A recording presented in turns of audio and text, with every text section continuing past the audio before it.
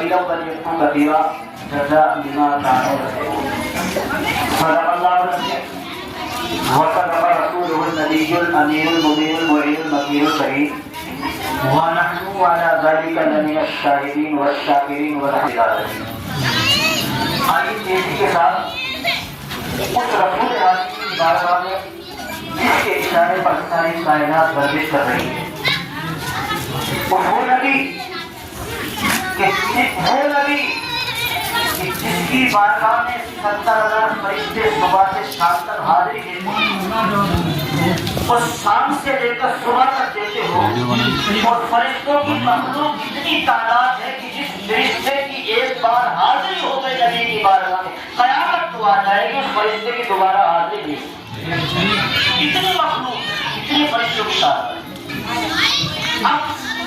اب دیکھیے ایک بار حاضری ہوگی، ہم نبی کے غلام ہیں، ہم جتنی بار درود پاک پڑھیں گے سارا دن اتنی بار تمہاری حاضری نبی کی بارگاہ میں ہوگی۔ اب کیسے؟ جب ہم درود پاک پڑھ تو فرشتے دیر تک پہنچے نبی کی بارگاہ، بلا بھی بلا تمہارا امتی کا درود پاک۔ اب بتائیے پہنچا نہ پہنچا؟ ہر لمحہ پہنچا، فرشتہ ایک بار پہنچا، لیکن نبی کے امتی کا نام سلام ہر وقت پہنچا۔ افضل قول و انسان افضل مخلوق، تو بڑے ایک بار لگا کر جھوم کر لہرا کر تاکہ یہ درود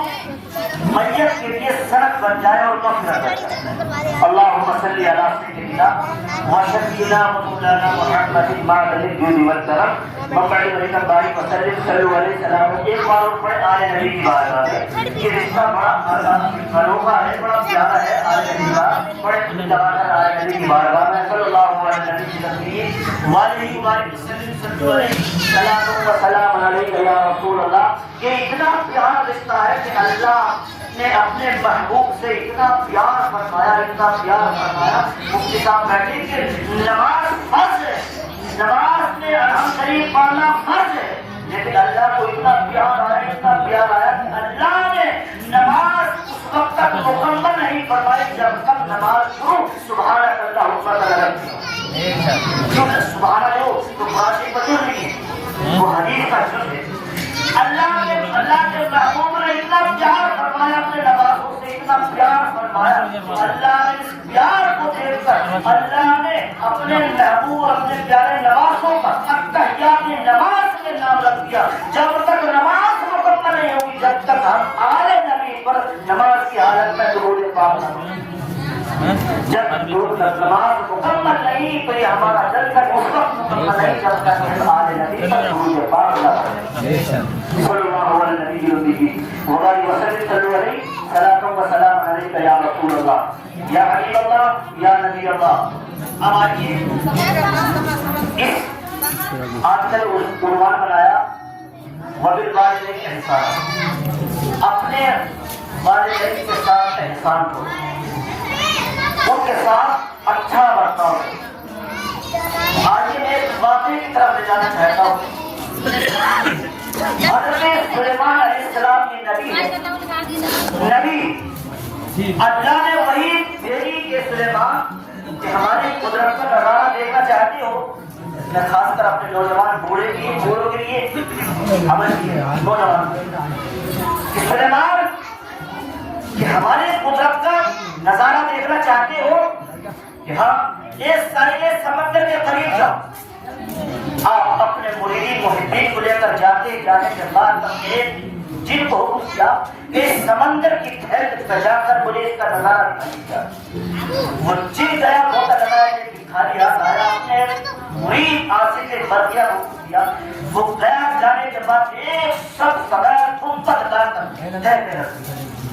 ایک گنبد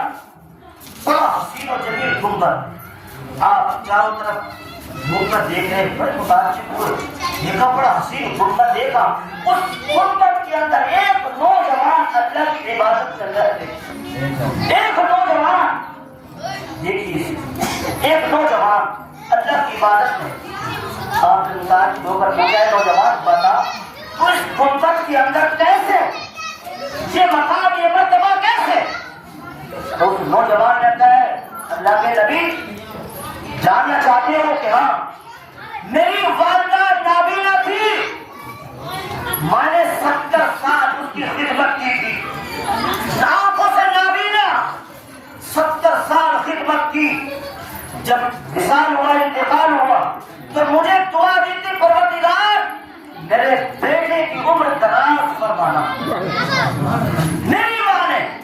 دعا دی تھی پروردگار، اور میرے باپ معذور کے پیروں سے، تو میرے باپ پر انتقال ہوا